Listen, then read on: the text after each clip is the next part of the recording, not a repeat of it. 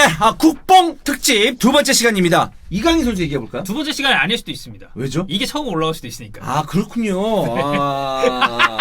뭔가 먼저 올라갈지 모르겠군요. 첫 번째, 두 번째 또는 세 번째 시간입니다. 여러분. 네. 네. 제가 세 명을 다루니까요. 네.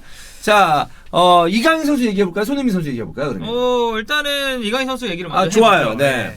이강인 선수가 저는 느낌 좋습니다. 이게 저희가 하비그라시아 감독 영상도 찍었었고 잘 모르시나요? 논란이라기보다 네. 그라시아 감독이 와서 네. 이강인에게 가해지는 영향에 대해서 좀 시각이 여기저기 달랐잖아요. 그렇죠. 네. 근데 이제 잘 보고 있었죠. 물론 이제 영상을 다 보긴 하지만 한국 선수 이야기들은 더 특별히 더 집중해서 보죠. 그러니까 이게 스킵 안 하고 이게 쭉 그렇죠. 정주행하는 그런. 네. 자, 어쨌든 저희가 그라시아 감독 부임 얘기를 할 때 약간은 주전 경쟁에 있어서 그리고 기용되는 시간에 있어서 청신호다라는 더 장점이 많을 것이다. 네. 네. 근데 지금 프리시즌을 보니까 저는 확실히 주전으로 나올 것 같습니다. 네.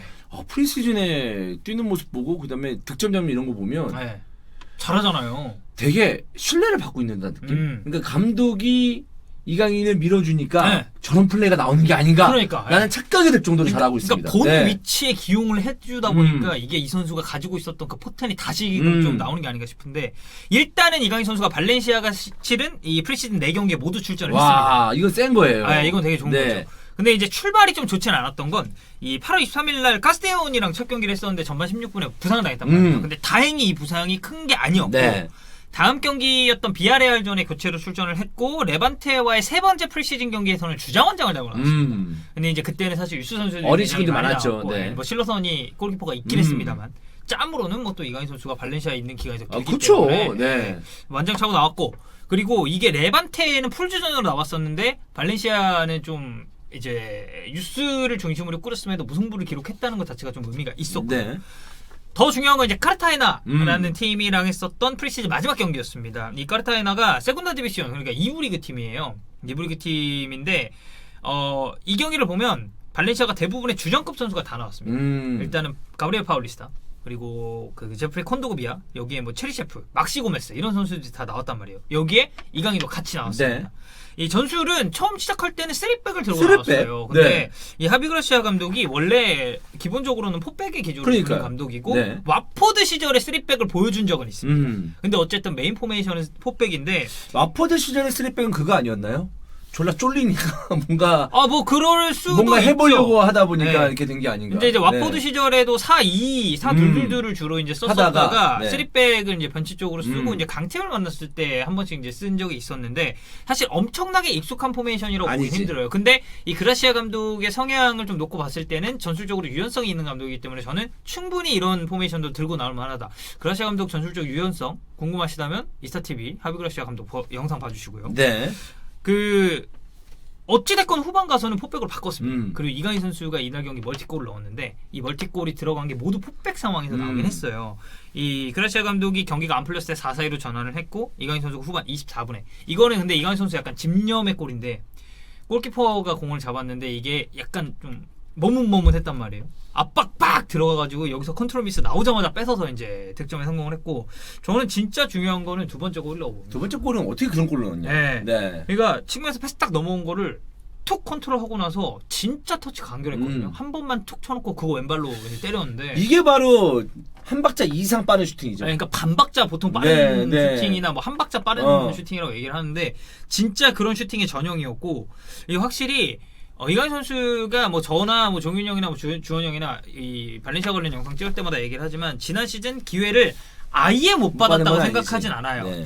이게 우리가 한국 선수고 되게 대한민국에서 엄청나게 기대하고 있는 유명한 선수이기 때문에 출전 시간이 적다라고 느낄 수 있는 거지만 2001년생의 선수들을 쭉 나열해 봤을 때 그러니까 뭐 예를 들면 솔직히 얘기하면 뭐 홀란드나 산초 이런 선수들은 빼고 2000년대 선수들 중에 그런 선수를 빼고 일반적인 2000년대 선수들 쭉 나열해 봤을 때 이강인 선수는 저 이 정도면 기회를 제법 받았다고 생각을 하거든요. 그러니까 성장하는 데 있어서 아예 못 받은 건 아니다. 근데 워낙 어리니까. 그렇죠. 근데 올 시즌을 딱 놓고 봤을 때는 그거보다도 더 많은 출전 기회를 받을 수 있을 거라고 좀 생각이 듭니다. 그러니까 이강인 선수가 지금부터 뛰긴 뛰어야 되거든요. 근데 뭐 지금 그 덕현이가 얘기한 것처럼 지난 시즌에 아예 기회를 못 받은 건 아니었었고 지난 시즌보다 이번 시즌은 훨씬 더 많은 출전 기회를 받으면서 뭔가 폭발시킬 수 있는 준비를 하는 그렇죠, 거죠. 그렇죠. 아직 이강인은 폭발시켜야 된다는 아니에요. 솔직히 얘기해서. 그러니까 예열을 하는 거죠. 여유를 가져야 돼요. 네. 그렇기 때문에 지난 시즌과 더불어서 이번 시즌에 새로운 감독과 함께 그 준비를 마치고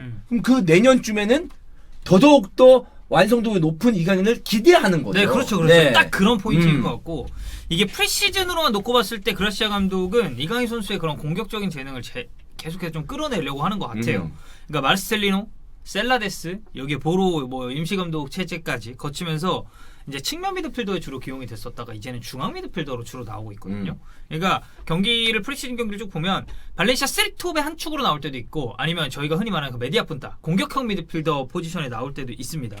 얼마 전에 이제 스페인에서 현지 칼럼 중에 이제 제가 읽다가 하나를 봤는데 그라시아 감독이 이제 이강인을 메디아 푼타라고 메디아 푼타라는 것을 좀 설명을 좀 해주실래요? 메디아 푼타가 뭐냐면 그러니까 공격형 미드필더와 세컨톱 사이 어딘가에 위치한 그 중앙 지역에서 이제 활동하는 이 선수들을 얘기를 하는데 넘버 10하고 좀 다른 건가요? 넘버 10이라고 볼 수 있죠. 근데 이제 이게 이탈리아도 그렇고 스페인도 그렇고 되게 세부적으로 되게 많잖아요. 네, 세부적으로 되어 있죠. 이게 약간의 미묘한 차이가 있거든요. 보면은. 근데 어찌됐건 스페인에서는 그런 공격형 미드필더 내지는 이성 공격수를 통칭해서 메디아 푼타라고 하는데 어쨌든 메디아 푼타로 기용할 거라고 이제 현지에서 전망을 했는데 이 예측이 저는 어느 정도 맞아 들어가고 있는 것 같다라는 생각이 좀 들고 이 프리시즌만 놓고 봤을 때는 기존의 단점도 어느 정도 좀 고쳐지고 있다는 느낌이 드는 게 지난 시즌 소화하면서 이강인 선수가 지적받았었던 부분 중에 하나가 수비 가담입니다. 네.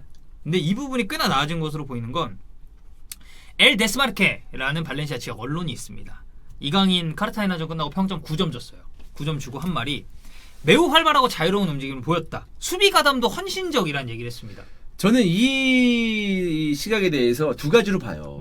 첫 번째는 뭐냐면 정말로 이강인 선수의 공격적인 재능이 필요하다면 수비에 대한 부담을 줄여주면 됩니다. 감독이 아니 또는 그 팀이. 그렇죠. 예. 근데 우리 팀은 그래도 공격적인 재능도 필요하지만 수비도 필요해. 라고 생각을 할 수도 있죠. 그렇죠. 그리고 이강인 선수 본인도 그런 생각을 할 수도 있죠. 근데 여기 더해서 긍정적인 게 뭐냐면 저는 이강인 선수가 그 라모스한테 파울한 거 있잖아요. 네네네. 이 선수가 아직 어리긴 하고 이제 두 번 다시 그런 장면이 나오면 안 되겠죠. 그렇죠. 근데 본인이 나 바뀌고 있어.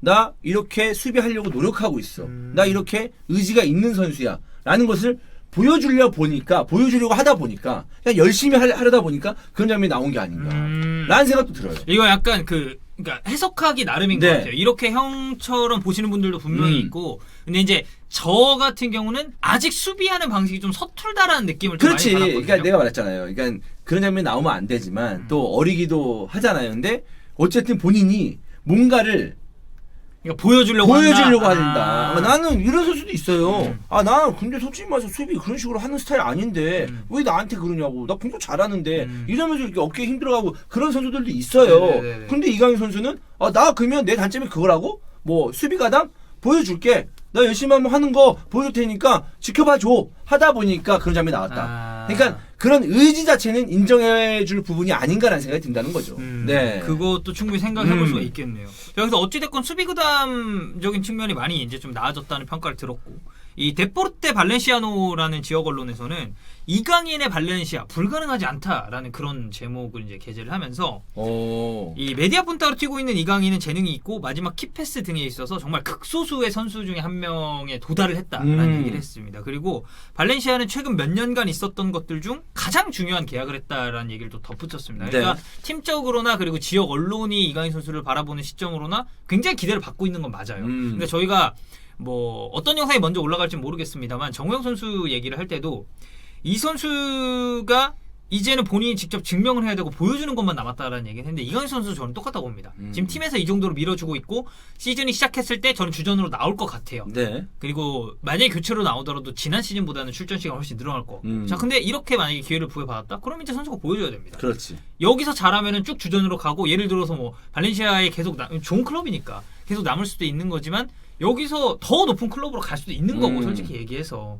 그래서 이제 이강인 선수가 프리시즌에 잘했으니까 이것만큼 정규 시즌 돌입해서도 훨씬 좀 잘했으면 좋겠다는 그런 바람이 있습니다. 그 어느 때보다 이제 이강인 선수에 대한 기대가 클 수밖에 없죠. 네. 프리시즌에 이렇게 잘한 적은 없었고 그렇죠. 또 하나 새로운 감독이 계속적으로 밀어주고 있는 것 같고 또 이강인 선수가 좋아하는 그렇죠. 잘할 수 있는 위치를 찾아줬으니까. 네, 그래서 거기에 있어서 저희가 좀 기대를 많이 해봅니다. 이강인 화이팅!